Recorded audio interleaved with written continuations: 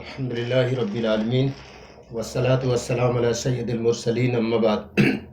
معززہ و مکرمہ اور بہنوں، دنیا میں جب کسی قوم پر زوال آتا ہے، چاہے وہ دینی اعتبار سے ہو یا دنیاوی اعتبار سے، یہ ہر ایک جانتا ہے، چاہے وہ دینی تعلیم سے واقف نہ ہو وہ بھی یہ جانتا ہے کہ ہر چیز میں اتار و چڑھاؤ آتا ہے۔ بڑی بڑی حکومتوں کا جب زوال آیا تو دنیا کی ساری طاقتیں مل کر اس کے زوال کو روک نہ سکیں۔ اسی اعتبار سے، دینی اعتبار سے، ہر نبی کی امت کے زوال کا ایک وقت اللہ نے بتایا ہے۔ جو وقت آتا ہے دنیا کی ساری طاقتیں مل کر اس کے زوال سے نکال نہیں سکتی۔ اور جب کسی نبی کی امت، چاہے وہ قوم نوح ہو، چاہے وہ قوم موسیٰ ہو، چاہے وہ قوم عیسیٰ ہو، چاہے وہ قوم محمد ہو، کوئی استثناء نہیں ہمارے ساتھ، جو ایک بڑی تعداد ہماری سمجھتی ہے کہ ہم محمد کی امت اس لیے ہمارے لیے کچھ خاص ہے، بالکل جھوٹی بات ہے۔ بہت صاف صاف کہنے جا رہا ہوں کہ جیسے قوم نوح کے اندر جب زوال آیا تو انہوں نے نجات آخرت کا ایک خود ساختہ عقیدہ گڑھا کہ ایک مقدس ندی ہے، اس میں ہم نہا لیں گے، سارا گناہ معاف اور جنت پہ پہنچ جائیں گے۔ ٹھیک اسی اعتبار سے قوم موسیٰ کے اندر جب زوال آیا تو انہوں نے کہا کہ اگر توریت کی ایک آیت ہمارے کان میں پڑ جائے تو جنت ہم پر واجب ہو گئی، اور اگر ہم کسی بزرگ کا نام ادب کے ساتھ لے لیں تو جنت ہم پر واجب ہو گئی اور ہم جہنم میں نہیں جائیں گے۔ پھر قوم عیسیٰ پر جب زوال آیا تو انہوں نے بھی یہ کہا کہ ہم چاہے جتنے گناہ کریں لیکن ہم سب جنت میں جائیں گے، ہمارا گناہ ہم کو جنت میں جانے سے نہیں روک پائے گا۔ اور ان کا جو سب سے بڑا عالم تھا پول، اس نے یہ کانسیپٹ دیا کہ اگر یہ یقین کر لو کہ عیسیٰ اللہ کے بیٹے ہیں تو خالی اس یقین کی بنیاد پر جنت مل جائے گی، نماز پڑھنے کی ضرورت نہیں ہے۔ ان کے یہاں نماز کو منسوخ کر دیا۔ پولس جو ان کا سب سے بڑا عالم تھا، اس نے کہا اب نماز کی ضرورت نہیں ہے، خالی یہ عقیدہ کافی ہے کہ عیسیٰ اللہ کے بیٹے ہیں۔ یہ عقیدہ جو کرے گا وہ چاہے جتنا گناہ کرے اس کے باوجود وہ جنت پہ پہنچ جائے گا۔ یہی وجہ ہے کہ عیسائیوں میں پھر گناہ عام ہو گیا۔ ٹھیک اسی اعتبار سے امت محمدیہ کا بھی حال یہ ہوا۔ انہوں نے بھی کہا کہ جس نے لا الہ الا اللہ پڑھ لیا ہے وہ جنت میں ایک دن ضرور جائے گا۔ یہ بات 100% غلط ہے۔ میں اس کی دلیل میں بے شمار آیات ہیں، ان میں سے ایک آیت لانے جا رہا ہوں، اس کے بعد مضمون میرا دوسرا ہو جائے گا۔ میں اس مضمون پر پوری تقریر نہیں کروں گا۔ قرآن نے سورہ آل عمران آیت نمبر 73 غالباً ہے، اس میں کہا ان الذین یشترون بعہد اللہ وایمانہم ثمنا قلیلا اولئک لا خلاق لہم فی الآخرہ، یعنی جو لوگ اللہ کی کیے ہوئے عہد کو اور اپنی قسموں کو تھوڑی قیمت پر بیچ دیتے ہیں ان کو آخرت میں کچھ نہیں ملے گا۔ ایمان ایک عہد ہے، ایک معاہدہ ہے، ایک ایگریمنٹ ہے۔ اللہ نے کہا جو ایمان کے معاہدے کو، ایگریمنٹ کو، معاہدے کو جو پورا نہیں کرے گا اس کو آخرت میں کچھ نہیں ملے گا، یعنی جنت نہیں ملے گی۔ یعنی خالی زبان سے کلمہ پڑھ لے اور ایمان کے جو تقاضے ہیں اس کو اگر کوئی پورا نہ کرے، چاہے وہ نبی کا بیٹا ہے، وہ جنت میں نہیں جائے گا۔ یہ اصول بتایا قرآن نے 2-2-4 کی طرح، بھرا پڑا ہے قرآن میں۔ لیکن یہ خرابی مسلمانوں میں اس کے باوجود کیوں آئی؟ بھئی دوسری قوموں کے ہاں تو زوال اس لیے آیا کہ جو کتاب اللہ نے بھیجی تھی ہدایت کے لیے وہ اپنے اصلی حالت میں موجود نہیں تھی، اس میں ترمیم کر دیا۔ قرآن میں اللہ نے کہا کوئی ترمیم نہیں کر پائے گا قیامت تک، قرآن اپنی اصلی حالت میں موجود ہے۔ پھر بھی یہ غلط عقیدہ مسلمانوں کے ہاں کیوں پیدا ہوا؟ عوام خواص سب کے اندر یہ عقیدہ آیا۔ اس کی وجہ ہے کہ مسلمانوں نے قرآن سے رہنمائی لینا چھوڑ دیا۔ عوام یہ کہتی ہے اور ان کے ذہنوں میں یہ ڈالا گیا کہ قرآن سمجھنا آپ کا کام نہیں ہے۔ بھئی نماز جو ہے عالم اور جاہل دونوں پڑھتے ہیں، تو قرآن خالی عالم کی میراث ہو گئی، عوام نہیں سمجھے گی۔ سورہ قصص میں اللہ نے فرمایا ان الذی فرض علیک القرآن لرادوک الی معاد، بے شک جس نے تم پر قرآن فرض کیا ہے تمہیں اچھے انجام تک پہنچا کر رہے گا۔ جیسے نماز عالم اور غیر عالم دونوں پر فرض ہے، ایسے قرآن کا سمجھنا عالم اور غیر عالم دونوں پر فرض ہے۔ اب لوگ یہ بہانہ کرتے ہیں یا ان کو بہانہ پڑھایا جاتا ہے کہ ارے قرآن سمجھنا آپ کے بس کا نہیں ہے، قرآن تو سمندر ہے، بڑا گہرا ہے، بڑا باریک ہے، اس کو آپ کہاں سمجھ پائیں گے؟ تو اللہ عالم الغیب ہے، اس کو پتا تھا کہ میری آخری کتاب کے بارے میں یہ جھوٹی بات پھیلائی جائے گی، تو اللہ نے سورہ قمر میں اس کا جواب 5 مرتبہ دیا ہے۔ ایک ہی آیت 5 مرتبہ لایا اسی ایک صورت میں، وَلَقَدْ يَسَّرْنَا الْقُرْآنَ لِلذِّكْرِ فَهَلْ مِن مُدَّكِرٍ، ہم نے قرآن کو آسان کیا انسانوں کی نصیحت کے لیے۔ اللہ کہہ رہا ہے قرآن آسان ہے اور کچھ لوگ کہتے ہیں قرآن مشکل ہے، تو کس کی مانا جائے، اللہ کی یا لوگوں کی؟ اللہ سچا ہے، لوگ جھوٹے. اللہ کہہ رہا ہے قرآن سمجھنا آسان ہے، اور اس کا عملی ثبوت جس کو پریکٹیکل کہتے ہیں، اس کا پریکٹیکل ثبوت آج یورپ اور امریکہ ہے. یورپ اور امریکہ میں جو لوگ ایمان میں داخل ہوتے ہیں وہ کسی کی تقریر سے نہیں، سعد و نادر کو چھوڑ کر. اگر کوئی کہتا ہے تو بکواس ہے. وہ سچائی یہ ہے کہ وہ لوگ قرآن پڑھ کر کے ایمان قبول کرتے ہیں. کیوں؟ قرآن کا ایک معجزاتی صفت ہے قیامت تک کے لیے کہ جو قرآن کو پہلے پیج سے آخری پیج تک پڑھ لے گا وہ قرآن کا ہو جائے گا اگر اچھی نیت سے پڑھے تو آج امریکہ یورپ کے ماڈرن عیسائیوں کی سمجھ میں قرآن آتا ہے اور مسلمانوں کی سمجھ میں قرآن نہیں آئے گا. یہ کتنا بڑا جھوٹ ہے جو پوری امت کو پھیلایا گیا. اور میری بہنوں بہت سیریس ہو کر اب میری بات سنو، میں چیلنج کے ساتھ کہنے جا رہا ہوں کہ اس زمین پر کبھی حقیقی دین نہیں آ سکتا ہے جب تک قرآن نہ سمجھے کوئی. یہ رسمی نماز، یہ کرتے، یہ پیجامے، یہ داڑھی، یہ ٹوپی، یہ جنت میں نہیں لے جائیں گے. جنت میں لے جانے والی جو صفت قرآن بھرا پڑا ہے وہ حقیقی دین ہے. آج میں نے جمعے پہ اس کو بیان کیا، اکبر خان وہاں بیٹھے، ان سے پوچھئے گا حقیقی دین کی ایک کڑی میں نے پیش کیا تھا، پورے مجمع اسیس کر اٹھا کہ بھائی یہ تو واقعی بہت ضروری ہے، سمجھ میں آئی بات. ایک پروفیسر آئے تو انہوں نے کہا تو بہت امپورٹنٹ بات تھی جو آپ نے بتائی. تو بہرحال یہ جو رسمی آج ہمارے یہاں دین کی جو روح ہے وہ ختم ہو گئی، خالی اس کی ظاہری شکل ڈھانچہ باقی ہے. ڈھانچے سے دنیا کوئی کام ہوتا ہے نہ آخرت کوئی کام ہوتا ہے. تو حقیقی دین جو ہے وہ قرآن کو پڑھے بغیر، چاہے وہ عالم ہو چاہے غیر عالم. عالمیہ یہ ہے 100 میں 99 مولوی قرآن نہیں جانتے. بڑی کڑوی بات ہے، راز کی بات. میں ان کے بیچ میں رہتا ہوں، مجھے معلوم ہے، میں راز کھول رہا ہوں. لوگ چھپاتے ہیں اس کو. 99 مولوی قرآن نہیں جانتے تو دین ان کے اندر بھی نہیں ہے. اور عوام بھی اگر قرآن نہیں جانے گی تو اس کے اندر دین نہیں آئے گا.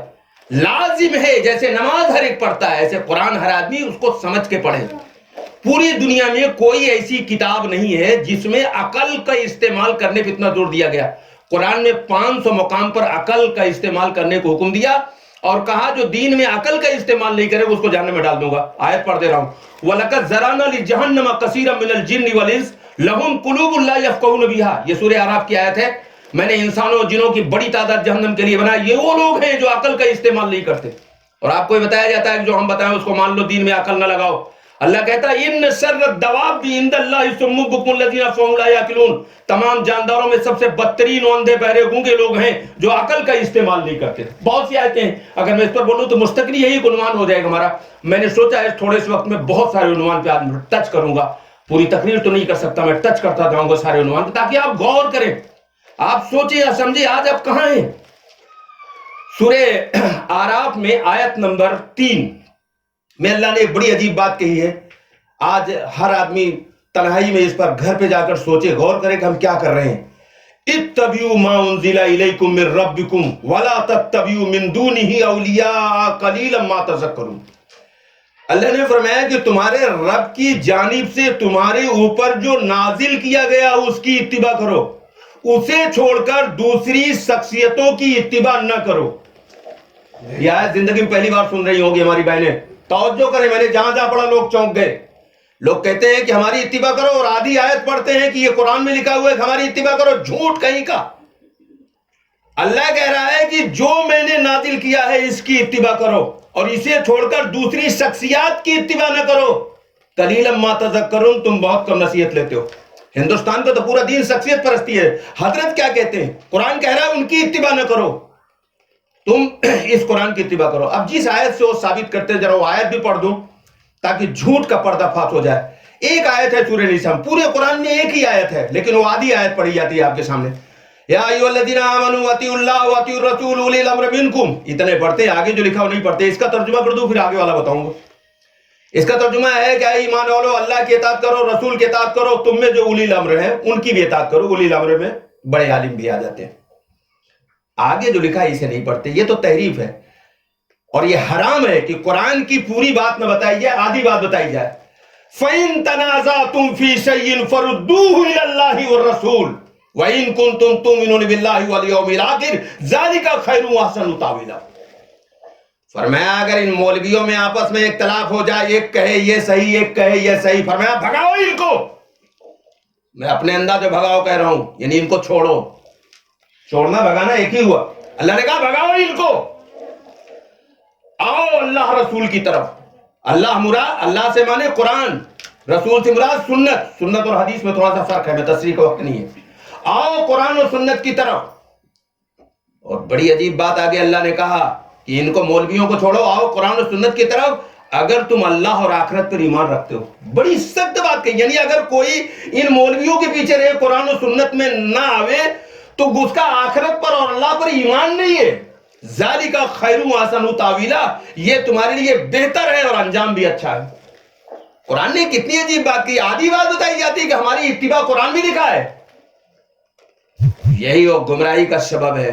میں ایک دوسری دلیل اور دوں تو میری بہنیں جو پڑھی لکھی ہوں گی کالج وغیرہ میں وہ میری بات آسانی سمجھ لیں گی، اور باقی جو نہ سمجھ پائیں ان کو بہنوں آپ سمجھا دینا. میں ایک بڑی عجیب بات بتا دوں. حضور نے فرمایا تھا دین اجنبی حالت میں شروع ہوا، یعنی حضور کے دور میں دین اجنبی تھا. مشرکین مکہ کو جو اپنے کو ابراہیم کا پیرو کہتے تھے، ابراہیم کا جو دین تھی توحید تھی، جو توحید حضور نے بیان کیا، تعجب سے کہا ارے ایک خدا کی بات کر رہا ہے، اتنے سارے خدا کو چھوڑ دوں. تو دین اجنبی تھا. آج پوری دنیا میں دین اجنبی ہو گیا. مثلا میں ایک مثال دے رہا ہوں، بہنوں ذرا بہت سیریسلی غور کریے میں کیا کہنے جا رہا ہوں. میری پوری زندگی اسی پر وقف ہے کہ میں آج حقیقی دین دنیا میں جا کر بیان کرتا ہوں، کسی کی پرواہ نہیں کرتا ہوں. میں ہمیشہ دنیا میں کچھ ایسے لوگ پیدا ہوتے ہیں جو کسی کی پرواہ نہیں کرتے ہیں، سچائی پیش کرتے ہیں کہ قرآن کیا کہہ رہا ہے، دنیا میں کیا بانٹا جا رہا ہے. قرآن کہہ رہا ہے کہ فرقہ بنانے والا، اس سے رسول کا کوئی تعلق نہیں ہے. آیت پڑھ دوں، یہ سورہ انعام آیت نمبر 159 ہے. ان الذین فرقوا دینہم وکانوا شیعا، ان الذین فرقوا دینہم لست منہم فی شیء انما امرہم الی اللہ ثم ینبئکم بما کانوا یفعلون. لست منہم فی شیء کا ترجمہ کرنے جا رہا ہوں. کہ اے نبی جو لوگ فرقہ بنائے ان سے تمہارا کوئی تعلق نہیں ہے. لست منہم فی شیء، پیغمبر کو کہا جا رہا ہے کہ آپ کا فرقہ والوں سے کوئی تعلق نہیں. مریض کے پاس سے ڈاکٹر اٹھ کے چلا جائے، مریض بچے گا؟ رسول روحانی ڈاکٹر ہے. اللہ کہہ رہا ہے فرقہ بنانے والوں سے آپ کا کوئی تعلق، لست منہم فی شیء، کچھ بھی تعلق نہیں آپ کا ان سے. جو فرقہ بنائے وہ چاہے جتنا بڑا حضرت ہو، فرمایا کوئی تعلق. انما امرہم الی اللہ ثم ینبئکم بما کانوا یفعلون. اللہ نے کہا ان کا معاملہ ہمارے حوالے کرو، میں ان کو بتاؤں گا. آدمی کہتا ہے بتاؤں کیا، یعنی آدمی دھمکی دیتا ہے. اللہ نے کہا میں ان کو بتاؤں گا. یہ فرقہ بات جتنے، اسلام فرقہ مٹانے آیا تھا، قرآن فرقہ مٹانے آیا تھا. فرقہ بنانا حرام ہے. سورہ روم میں اللہ نے فرمایا وَلَا تَكُونُوا مِنَ الْمُشْرِكِينَ مِنَ الَّذِينَ فَرَّقُوا دِينَهُمْ وَكَانُوا شِيَعًا كُلُّ حِزْبٍ بِمَا لَدَيْهِمْ فَرِحُونَ. ان مشرکین کی طرح نہ ہو جانا جنہوں نے فرقہ بنایا، ہر فرقہ اسی میں خوش ہے جو اس کے پاس ہے. اور ایک بات ہمارے یہاں اور پھیلائی جاتی ہے جو ہمارے ہر نبی کے خلاف ہے، آدم تا محمد، ہر نبی کے خلاف یہ بات ہے. کہتے ہیں ہماری ہی کتاب پڑھنا اور ہماری تقریر سننا، دوسرے کی نہ کتاب پڑھنا نہ تقریر سننا. بہنوں میں ایک سوال کرتا ہوں اور غور کرنا اس پر. ایک بچہ قادیانی گھر میں پیدا ہو اور پوری زندگی صرف قادیانی کی کتاب پڑھے اور قادیانی کی تقریر سنے، کسی اور کی کتاب نہ پڑھے، کسی اور کی تقریر نہ سنے، اس کو ہدایت ملے گی؟ ظاہر بات ہے نہیں ملے گی. ہر چھوٹا سا بچہ بھی کہے گا نہیں ملے گی. تو جو لوگ یہ کہتے ہیں کہ میری ہی کتاب پڑھو، میری ہی تقریر سنو، کسی اور کی تقریر نہ سنو، بہت بڑے جھوٹے ہیں. ان کو یہ خطرہ ہے کہ اگر دوسرے کتاب پڑھے گا، دماغ کو استعمال کرے گا تو میرے کنٹرول سے نکل جائے گا. یہ ہے وہ جھوٹ. کسی نبی نے یہ نہیں کہا کہ صرف میری بات سنو. نبی کے مخالفین نے تو کہا اس کی بات نہ سنو، لیکن کسی نبی نے نہیں کہا اس کی بات نہ سنو، بلکہ نبیوں کا عمل یہ کہہ رہا ہے کہ دنیا والوں سب کی سن لو، اس کے بعد میری آ کی سنو. اور عبداللہ چترویدی بھی یہی کہتا ہے کہ سب کی تقریر سن لو، اس کے بعد ہماری آ کے سنو، اور پھر دماغ سے فیصلہ کرو صحیح کون بول رہا ہے. مثلا لوگ کہتے ہیں علم صرف دین کا علم ہے، باقی سب ہنر ہے پیٹ پالنے کا. یہ بڑی بڑی شخصیات کہتی ہیں. آئیے میں قرآن سے بات کرتا ہوں، قرآن کیا کہتا ہے اس معاملے میں. حکم قرآن کو بنایا جائے گا نا. اگر ایک موبائل کو کوئی آدمی کہہ رہا ہے نہیں یہ فاوڑا ہے، اور ایک آدمی کہہ رہا ہے یہ کدال ہے، اب اس کا فیصلہ کیسے ہوگا؟ اللہ نے کہا کہ قرآن کو حکم بنا لو، وہ فیصلہ کر دے گا. تو آج بہت سارے لوگ کہتے ہیں کہ علم صرف دین کا علم ہے، باقی سب ہنر ہے پیٹ پالنے کا. تو آئیے ذرا قرآن سے پوچھیں. قرآن کہتا ہے وَعَلَّمَ آدَمَ الْأَسْمَاءَ كُلَّهَا. اللہ نے آدم کو تمام اشیاء کا علم دیا. اشیاء انگریزی میں کہیں گے نالج آف تھنگس، یعنی چیزوں کا علم. دو ہی علم ہے، knowledge of things, knowledge of truth, یعنی چیزوں کا علم اور سچائی کا علم. سچائی مینس دین. چیزوں کا علم اور دین کا علم، یہ دو علم ہے. اللہ نے آدم کو فرشتوں جو فوقیت دی تھی دین کے علم کی وجہ سے نہیں. وہ چیزوں کا علم تھا. اللہ نے آدم کو تمام اشیاء کا علم دیا, جتنے بنسپتیاں ہیں, نباتات ہیں, ان سب کا علم دیا. یہ علم فرشتوں کے پاس نہیں تھا. اس کی وجہ سے آدم کو فرشتوں پر فوقیت دی گئی. میں ایک حدیث اور لا دوں. مسلم شریف باب العلم کی حدیث ہے. اللہ کے رسول نے فرمایا میتھمیٹکس کا علم حاصل کرو. اور میتھ کے بغیر تو قرآن کے بے شمار احکام پر عمل نہیں ہو پاتا. اس کے کیا کیا نقصانات پوری دنیا میں ہمارے لوگوں نے کیا, وہ ایک لمبی بحث ہے, اور وہ آپ کے لائق بھی نہیں اس سبجیکٹ میں بولوں. جتنا آپ کے لیے ضروری اتنا میں کہتا چلا جاؤں گا. تو باب العلم مسلم شریف کی حدیث ہے. اللہ کے رسول نے فرمایا میتھمیٹکس کا علم حاصل کرو. نبی میتھ کو علم کہے اور ہمارے بعد رہنما کہتے ہیں ہنر ہے. کس کی بات صحیح, نبی کی ہے ان کی؟ نبی کی بات صحیح ہے. نبی نے سارے علوم کو علم کہا. اب میں ایک عجیب آیت لانے جا رہا ہوں جس سے سارے اشکالات دھڑام ہو جائیں گے, جتنے اشکالات دنیا میں ہیں. سورہ حامیم صدات اور 53 میں اللہ نے کہا سنوریہم آیاتنا فی الآفاق وفی انفسہم حتی یتبین لہم انہ الحق. ہم ان قریب آفاق میں, یونیورس میں اپنی آیات دکھائیں گے. میری بہنوں ذرا غور کرو, یہ 100 سے زیادہ مقام پر اللہ نے کائنات کی چیزوں کو آیات اللہ کہا ہے. آج تک آپ نے یہی سنا ہوگا کہ جو قرآن میں لکھی ہوئی چیزیں ہیں اس کو آیات اللہ کہا جاتا ہے. اللہ کہہ رہا ہے آیات فطرت, میری تخلیق جو ہے یہ سب آیات اللہ ہے. قرآن میں جو آیات ہیں اس کا عملی ثبوت کائنات کی آیات ہیں. کائنات میں جتنی پھیلی ہوئی آیات ہیں. اچھا آیات کسے کہتے ہیں پہلے یہ جان لے. آیات کا ترجمہ کیا جاتا ہے نشانی, یہ ترجمہ نہیں ہے, لیکن چونکہ اردو میں مجبوری ہے, کوئی الفاظ ہی نہیں ہے. قرآن کی اس لفظ آیت کا اردو میں کوئی الفاظ نہیں ترجمہ کیا جا سکے, اس لیے جو اس کے قریب تھا نشانی یہ کر دیا, چلو اس سے ایک حق ادا ہو گیا, لیکن اس کی پوری ترجمانی نہیں ہوئی. آیات اسے کہتے ہیں کہ اس جیسا ساری دنیا مل کر کر نہ سکے, اس کو آیات کہتے ہیں. تو ایک ٹماٹر ساری دنیا مل کر بنا نہیں سکتی, ایک مچھر نہیں پیدا کر سکتے. یہ آسمان کا کھڑا کرنا تو بہت دور کی بات ہے, ان پہاڑوں کا کھڑا کرنا بہت دور کی بات ہے, سمندروں کا بنانا بہت بڑی دور بات ہے, گلیکسیز کا بنانا بہت بڑی دور کی بات ہے, بلیک ہولز کا بنانا بہت بڑی بات ہے. ایک ایک اسٹار ایسے ہیں کہ ایسی کئی خرب زمین اس کے اندر آ جائے. اب میری بہنوں اگر میں اس پر بولوں تو شام ہو جائے گی, عشاء کے شام. کئی خرب زمینیں ایسی ایک اسٹار میں آ جائے, خالی ایک گلیکسی میں 2 کروڑ سے زیادہ اسٹار موجود ہیں. ایسی 2 ارب گلیکسیز ہے کہ یہ زمین آپ کی 0 پوائنٹ نہیں بچتی ہے.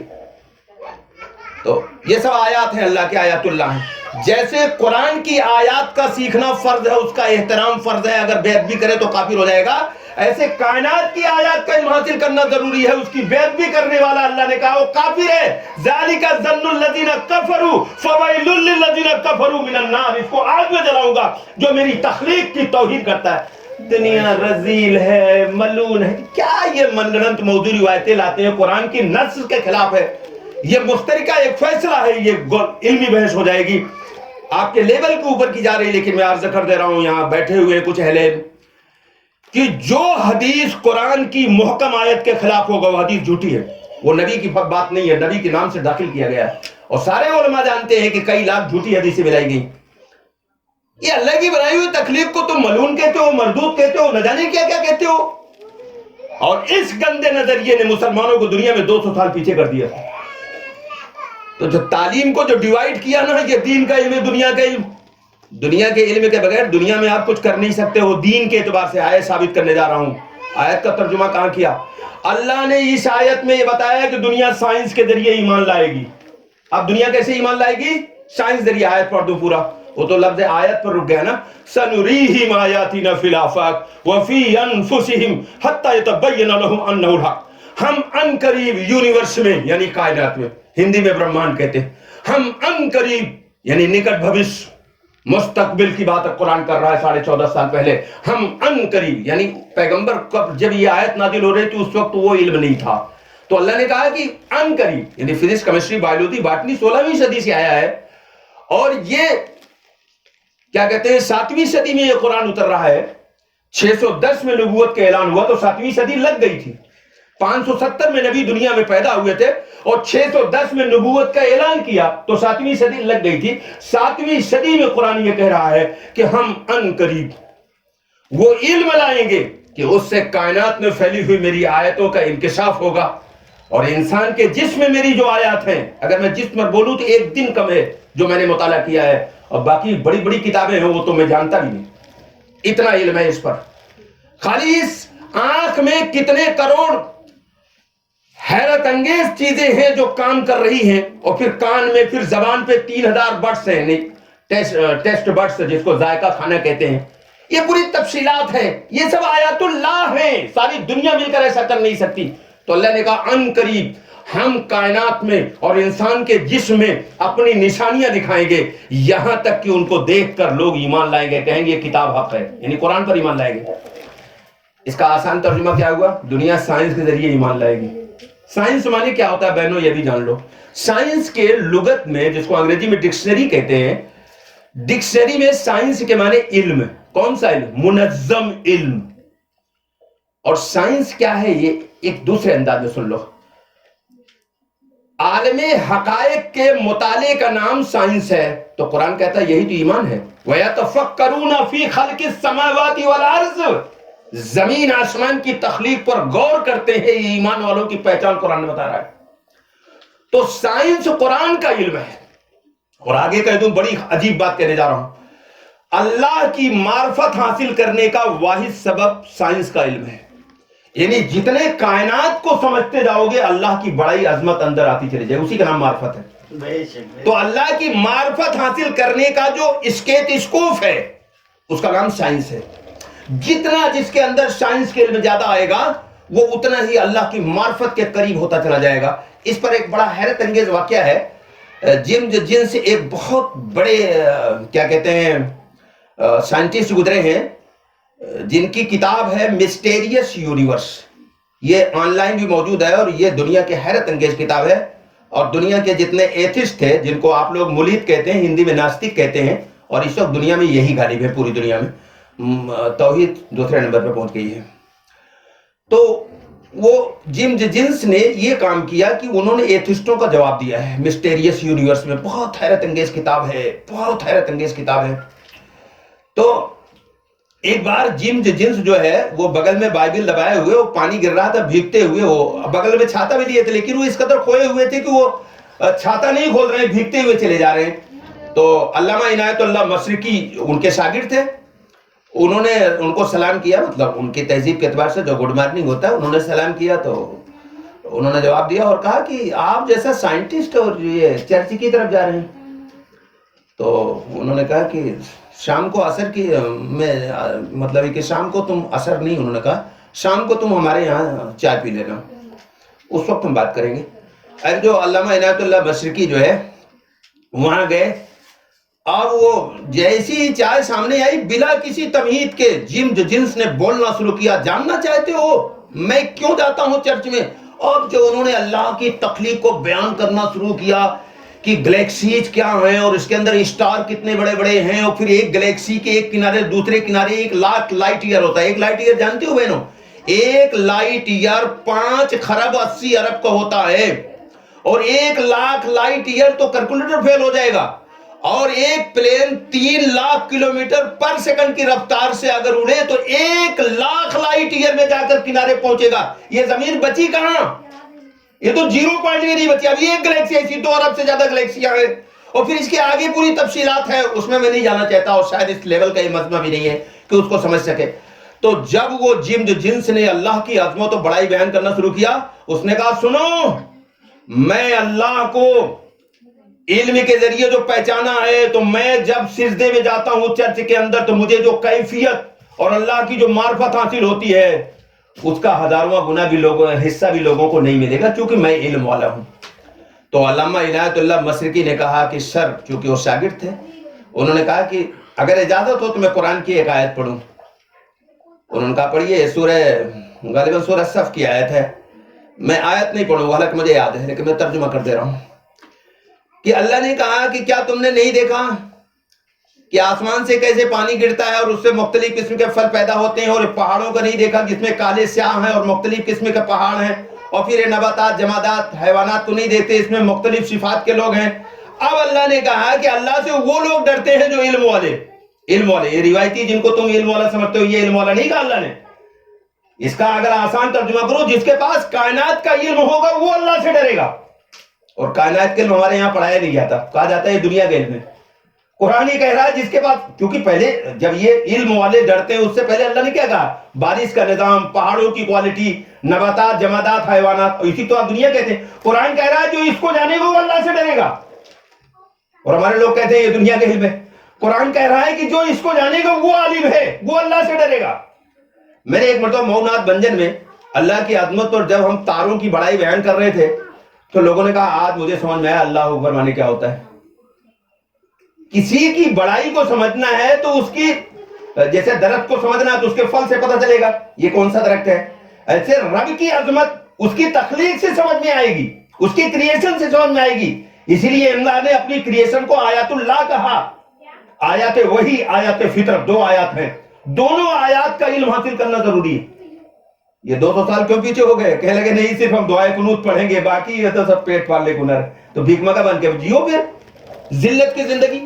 میں نے آج جمعے میں کہا تھا حقیقی نماز کی پہچان یہ ہے کہ باہر کی زندگی اس کی ٹھیک ہوگی، اور اگر حقیقی نماز نہیں ہوگی تو پھر باہر کی زندگی ٹھیک نہیں ہوگی. نماز ہو اور دنیا میں غریبی ہو یہ ممکن نہیں. یہ اس لیے ہے کہ وہ نماز جس سے مسئلے حل ہوتے ہیں وہ نماز ابھی تک آپ نے سیکھا نہیں، آنا تو بڑی دور کی بات ہے. حضور نے فرمایا تھا مسجدیں بھری ہوگی، ہدایت سے خالی ہوگی.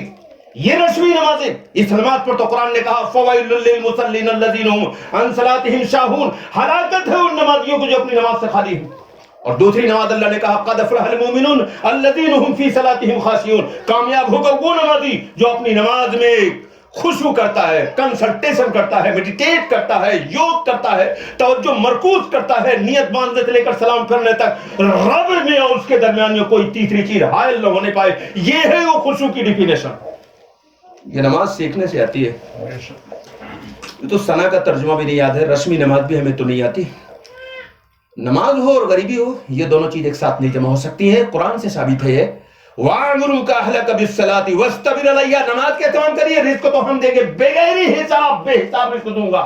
اور یہ پریکٹیکل کر کے دکھایا. وہ صحابہ جو دنیا میں سب زیادہ غریب تھے، جب نماز ٹھیک ہو گئی تو ان کے دروازوں پر مال کے اتنے انبار آئے. کتابوں میں لکھا ہے جیسے کسان کھلیہان لگاتا ہے اناج کا ڈھیر، ایسے ان کے یہاں دولت کا ڈھیر تھا. آج دنیا میں سب سے زیادہ غریب وہ ہیں جو نماز پڑھتے ہیں. اس کا مطلب نماز آپ جانتے ہی نہیں، یہ تو سب رسم ہے، رواج ہے جو مسجدوں میں ہو رہا ہے. ابو حذیفہ جو حضور کے رازدار ہیں انہوں نے کہا سب سے پہلے نماز کا خشوع اٹھایا جائے گا، اور خشوع کے بغیر نماز فائدہ اللہ نے کہا برباد ہو جائے. فوائل للمصلین الذین هم عن صلاتهم، ہلاکت ہے، بربادی ہے اس نمازی کی. دونوں نمازیں قرآن نے بیان کر دی. ایک ایک گھنٹے، دو دو گھنٹے کی میری بات ہے جس کو میں ایک ایک جملے میں کہہ کے آگے نکل رہا ہوں. میری بہنوں، حقیقی نماز ہو یا حقیقی دعا ہو یا حقیقی خدا کا تعلق ہو، ان سب کو ایک جملے میں اگر کہنا ہے اور سمجھنا ہے تو وہ یہ ہے کہ جب تک قرآن نہیں سمجھو گی. میں اس کی ایک عملی دلیل دینے جا رہا ہوں. میری بیوی جو ہے وہ اگر یہ کہا جائے کہ بالکل پڑھی لکھی نہیں ہے تو بالکل صحیح ہے. وہ بہت مشکل سے قرآن کا ترجمہ پڑھ لیتی ہے، بہت مشکل سے. مطلب کوئی اچھی کتاب ہو جو اونچے لیول کی ہو اردو میں تو اس کو نہیں پڑھ پاتی، لیکن قرآن کا ترجمہ پڑھ لیتی ہے.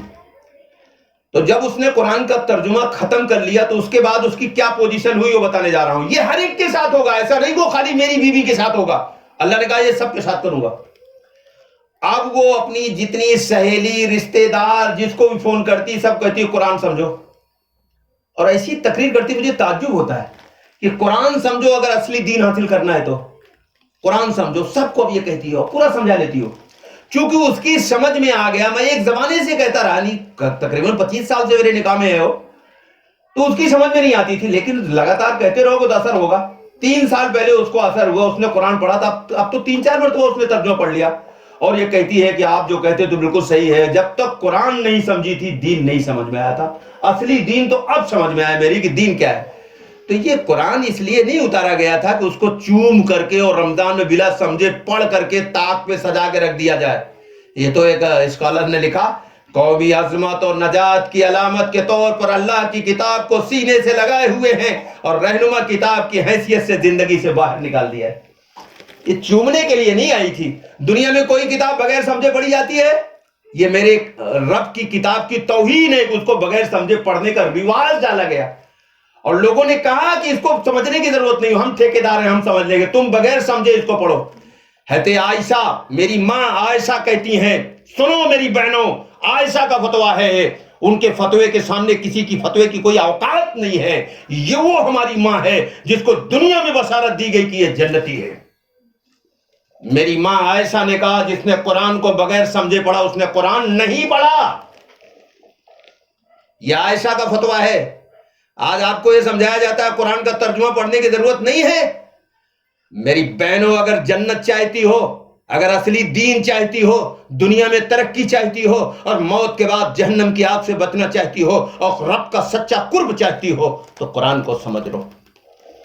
اور پھر کیسا قرآن، وہ بھی ذرا سا عرض کر دوں ایک جملے میں، جو جدید اسکالر اور فرقے سے پاک ہو، بغیر فرقے والا اسکالر جس نے قرآن لکھا ہو، اس کا قرآن پڑھو گی جب ہی سمجھ میں آئے گا۔ ورنہ لوگوں نے یہودیوں کی طرح قرآن میں بھی تحریف کی ہے، ایک نہیں کئی سو دلیل دے دوں گا میں، واضح قرآن کی رہنمائی کے خراب چیزیں لکھ دی گئی۔ تو جدید اسکالر جو فرقہ پرست نہ ہو، اور ایسے اسکالر اس وقت پوری دنیا میں 10-20 ہیں جو کسی فرقے سے تعلق نہیں رکھتے، جو کسی فرقے کا ہے وہ اچھا آدمی نہیں ہے۔ فرقہ بنانا حرام ہے، اسلام میں فرقہ نہیں ہے، فرقہ مٹا نہیں آیا تھا۔ جو فرقہ بنائے گا وہ تو بے دین ہے، اللہ نے کہا اس کو میں بتاؤں گا، یعنی اس کو میں پٹائی کروں گا مرنے کے بعد، اور یہاں بھی کچھ دے دوں گا اس کو، پوری دنیا میں یہاں تو مل رہا ہے۔ تعداد کی کثرت اور تحریکوں کے ہجوم کے باوجود پوری دنیا مسلمان اس لیے فٹ بال بنا ہوا ہے میری بہنوں، اس لیے کہ اس نے حقیقی دین چھوڑ کر فرقہ والا دین اپنا لیا، اور جو فرقہ پرست ہوگا وہ کبھی اس کو ہدایت نہیں ملے گی۔ ہدایت کی پہلی لازمی شرط ہے کہ تعصب سے خالی ہو۔ تعصب کے معنی ہے جھکاؤ، یعنی اگر کسی فرقے کی طرف جھکاؤ ہے تو پورا قرآن پڑھ لو، اس کو ہدایت نہیں ملے گی۔ ہدایت کی لازمی شرط ہے کہ تعصب سے اوپر اٹھ کے سمجھے، نہیں فلاں حضرت جو کہہ رہے مان لے۔ ایک دن میں نے ذات پات کے خلاف تقریر کیا، تو چونکہ جس مسجد میں میری تقریر ہوتی ہے اس میں 2 بڑے بڑے عالم ہیں، بڑے عالم ہیں، عام عالم نہیں ہیں دونوں۔ تو ہم تقریر کے بعد یہ بھی کہتے ہیں کہ لوگ مجھ سے سوالات کریں، تو انہوں نے کوئی سوال تو نہیں کیا، واٹس ایپ پر بھیجا کہ حضرت آپ نے جو تقریر کی وہ مجھے ہضم نہیں ہوئی۔ تو میں نے کہا جزاک اللہ، آپ تو بڑے نیک آدمی ہیں، آپ کو میں بار بار کہہ رہا ہوں کہ آپ جو ہے جب کہیے میں آپ کے پاس آ جاؤں، بیٹھ کر بات کر لیا جائے۔ اس کے لیے وہ کبھی تیار نہیں ہوئے اور نہ ہوں گے، وہ مجھے معلوم ہے۔ واٹس ایپ پر بھیجتے، میں نے کہا کہ آپ کے واٹس ایپ کا جواب میں دے رہا ہوں، بار بار دے رہا ہوں، اور آپ ساتھ میں بیٹھ کر بات کرنے کے لیے کیوں نہیں تیار ہوتے؟ تو پھر اس کو کوئی جواب ہی نہیں دیا۔ وجہ کیا ہے؟ ذات پات تو اسلام میں حرام ہے، اسلام اس کو مٹانے آیا، قرآن میں بھی یہ ثابت ہے، نبی کی زندگی سے بھی ثابت ہے۔ سن لیجئے، میں 2-3 واقعات بتا دے رہا ہوں، اور آج یہ بھرا پڑا ہے ہمارے یہاں۔ اللہ کے رسول نے ذات پات کو مٹانے کے لیے پہلا جو عملی قدم اٹھایا وہ اپنی بہن، جو خالصات بہن تھی، زینب بنت جہش، ان کی شادی ایک غلام سے کیا۔ غلام کا اگر ہندی میں ترجمہ کیا جائے تو اس کو سیوک کہتے ہیں، سیوک یا داس، اور یہ دنیا کے سب سے چھوٹے گھر کے لوگ مانے جاتے ہیں۔ تو اللہ کے رسول سے اونچا تو کوئی خاندان نہیں تھا، آپ نے اپنی بہن کا نکاح دنیا کے سب سے چھوٹے آدمی کے ساتھ کر دیا۔ وہ غلام تھے، ان کا نام زید تھا۔ لوگ اتنا جانتے ہیں، اتنے ہماری بہنیں بھی جانتی ہوں گی اور خواص بھی جو یہاں بیٹھے جانتے ہیں۔ میں اس سے آگے بتانے جا رہا ہوں، جب زید نے زینب کا طلاق دے دیا تو حضور نے اپنی پھوپھی ذات بہن کا نکاح کر دیا۔ زید نے اس کا بھی طلاق دے دیا، حضور نے اپنی تیسری بہن کا نکاح کر دیا۔ زید نے اس کا طلاق دے دیا، حضور نے اپنی چوتھی بہن کا نکاح کر دیا۔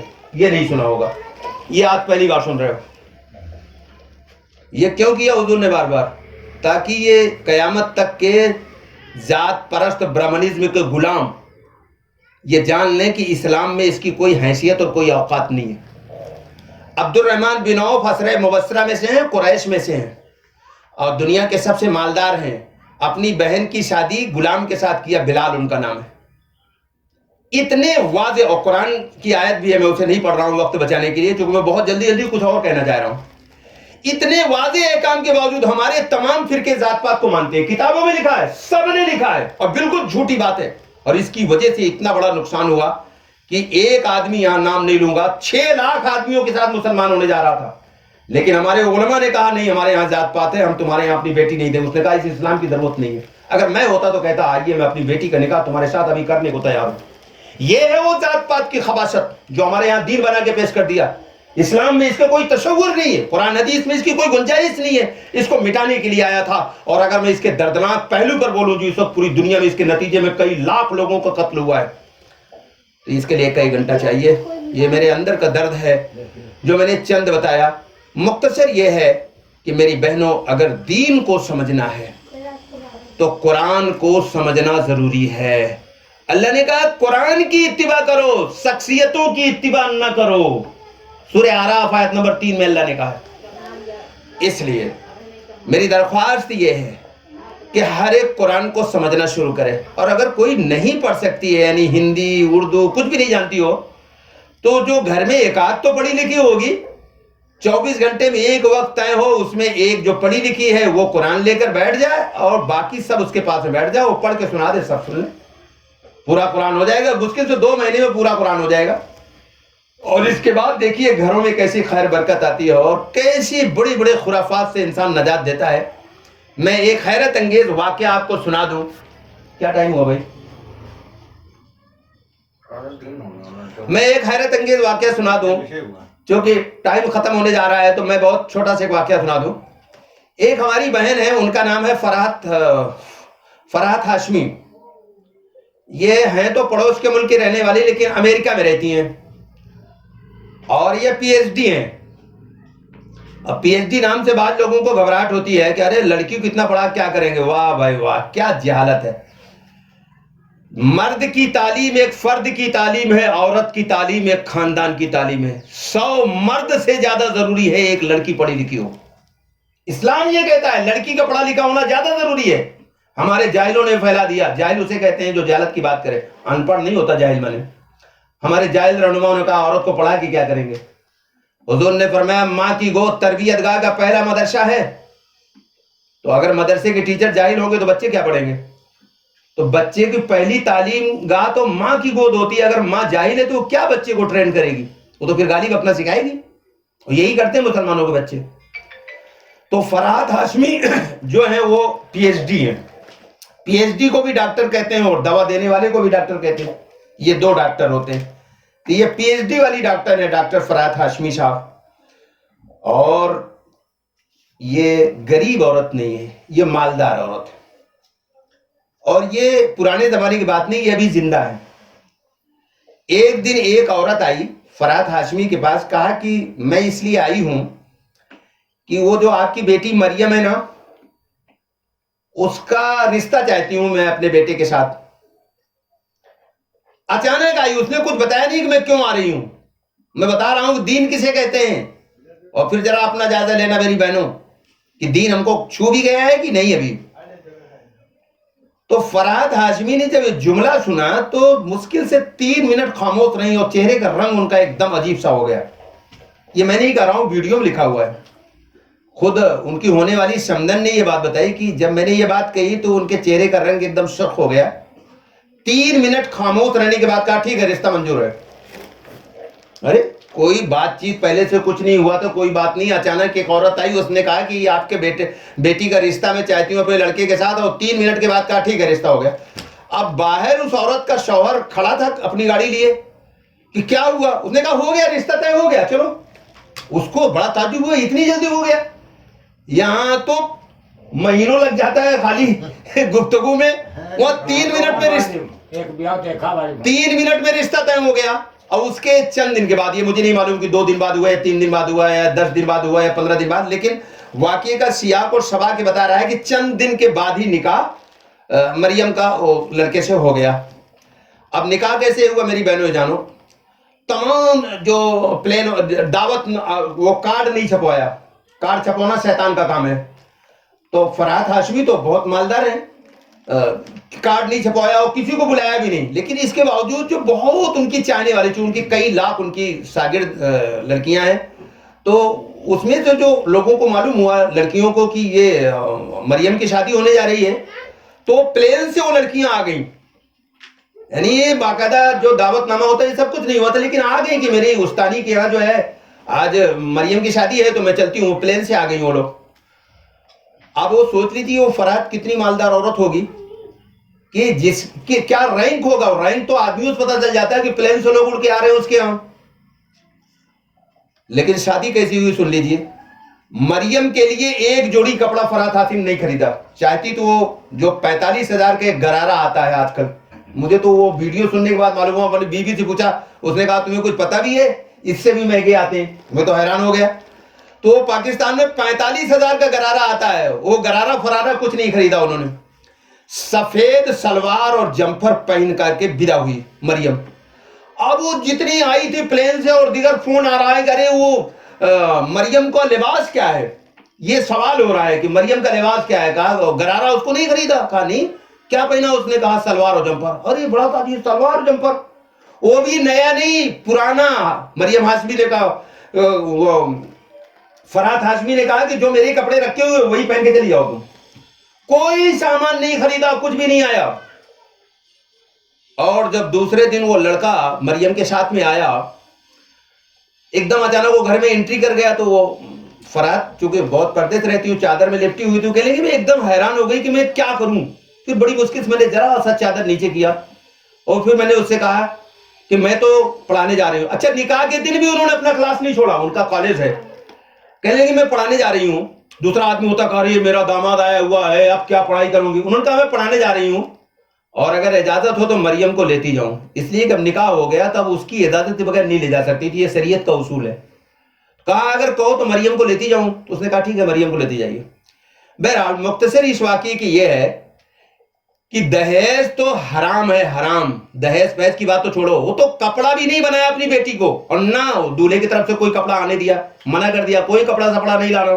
یہ سب بکواس ہے. سورہ اعراف میں اللہ نے کہا کہ نبی بوجھ سے, جس بوجھ میں تم دبے جا رہے تو اس سے تمہیں نجات دینے کے لیے آیا تھا. یہ بوجھ مانے یہ رسم رواج ہے. تو بہرحال مریم کی شادی بغیر کپڑے کے ہو گئی. ان کے گھر میں کپڑے ایسے پہلے سے بہت رکھے ہوئے تھے, بڑے لوگ تھے وہ. خالی ایک جوتی خریدنے کے لیے ایک دن مریم گئی تھی, خالی ایک جوتی, باقی کوئی سامان خریدا نہیں گیا. اور نکاح ہو گیا, کوئی لین دین کوئی دہیج نہیں ہوا اور شادی ہو گئی. واقعہ ختم. یہ آج کی بات ہے. یہ مریم بھی ابھی زندہ ہے, فرحت بھی زندہ ہے, انٹرنیشنل ہے. ڈیلی ان کے یوٹیوب پر بے شمار ویڈیو, کئی ہزار ویڈیوز ہیں فرحت ہاشمی کی. اگر آپ دیکھیں گے یوٹیوب پر تو فوراً نکل آئے گی فرحت ہاشمی کی. یہ نکاح والی ویڈیو موجود ہے. میں نے ویڈیو سن کر ہی آپ کو سنا رہا ہوں, کہ مجھے فرحت ہاشمی نہیں بتا رہی تھی, وہ ویڈیو بھی نہیں بنے دیکھا. تو اب بتائیے, اتنی مالدار عورت ہونے کے باوجود کچھ خرچہ نہیں ہوا اور بالکل سمپل نکاح ہو گیا. یہ ایک نکاح ہو گیا. اب دوسرا نکاح جو پاکستان کا ہے وہ بھی ذرا جان لو. اس کے دوسرے دن ہی ایک نکاح ہوا, وہاں دونوں طرف بڑا لین دان, بڑا خرچہ ہوا, لیکن دونوں میں لڑائی ہو گئی. یہ عام طور پہ یا تو نکاح کے موقع پر یا کسی اور موقع پر تھوڑا آپس میں من مٹاؤ ہو جاتا ہے, باقاعدہ فیشن ہے. اور دونوں میں آپس میں لڑائی ہو گئی اور بڑا سب ہو گیا اور کروڑوں روپے خرچ بھی کیا. اس کے نقصانات کیا ہو رہے ہیں میری بہنوں, وہ جان لو پھر بتاؤں گا. یہ جو لوگ کرتے ہیں ان کو دین چھو نہیں گیا, اور چاہے جتنی نمازیں پڑھنے کا دعویٰ کرتے ہیں ان کو دین نہیں ان کے پاس. میں ایک رپورٹ بتا دوں جو فرحت ہاشمی نے بتایا مجھے ویڈیو میں. پاکستان میں 40 لاکھ لڑکیاں بوڑھی ہو گئی, نکاح نہیں ہوا, اور 1 کروڑ لڑکیاں نکاح کے انتظار میں بیٹھی ہوئی ہیں. یعنی یہ 1.5 کروڑ کا اوسط ہو گیا. یہ کیوں ہے؟ قرآن اور حدیث کے خلاف جو نکاح کا طریقہ رائج کر دیا گیا, اس کا یہ وبال ہے, یہ عذاب ہے کہ 40 لاکھ لڑکیاں بوڑھی ہو گئی, ان کا نکاح نہیں ہوا, اور کتنی تو خودکشی کر کے مر جاتی ہیں. یہ ایک چھوٹے سے ملک کی رپورٹ ہے, پوری دنیا میں تو کروڑوں اربوں پہنچ جاتے ہیں. تو اب میں ایک سوال کرنے جا رہا ہوں. نماز میں اگر خدا کا ایک حکم چھوڑ جائے, 13 فرائض بتاتے ہیں, واجبات بتاتے ہیں, فرائض بتاتے ہیں, واجبات نہیں, فرائض, ہاں فرائض بتاتے ہیں. 13 میں سے ایک اگر چھوٹ جائے تو چھوٹا سا بچہ چلا اٹھے گا نماز نہیں ہوئی. اچھا, نماز میں ایک حکم اللہ کا چھوٹ جائے نماز نہیں ہوتی. اور شادی دین نہیں ہے, اس میں خدا کے سارے حکم توڑ دیے جائیں اور پھر بھی مسلمانیت میں کوئی فرق نہیں آتا. قرآن کہتا ہے وَمَن لَّمْ يَحْكُم بِمَا أَنزَلَ اللَّهُ فَأُولَٰئِكَ هُمُ الْكَافِرُونَ. جو لوگ اللہ کے قانون کے مطابق عمل نہیں کرتے یہی تو کافر ہے. یہ سورہ مائدہ میں ہے. آگے کہا وَمَن لَّمْ يَحْكُم بِمَا أَنزَلَ اللَّهُ فَأُولَٰئِكَ هُمُ الظَّالِمُونَ. یہی تو ظالم ہے. وَمَن لَّمْ يَحْكُم بِمَا أَنزَلَ اللَّهُ فَأُولَٰئِكَ هُمُ الْفَاسِقُونَ. یہی تو فاسق ہے. اس لیے میری بہنوں, نماز میں دین کو اپنانا, باقی اور مقام پر دین کو چھوڑ دینا, یہ منافقت ہے. وقت پورا ہو گیا ورنہ میں سورہ حج آیت نمبر 11 لاتا، لیکن میں آپ کو ضرور یہ کہوں گا کہ سورہ حج آیت نمبر 11 کھول کر اپنے گھروں میں ضرور دیکھ لینا. وما علینا الا البلاغ.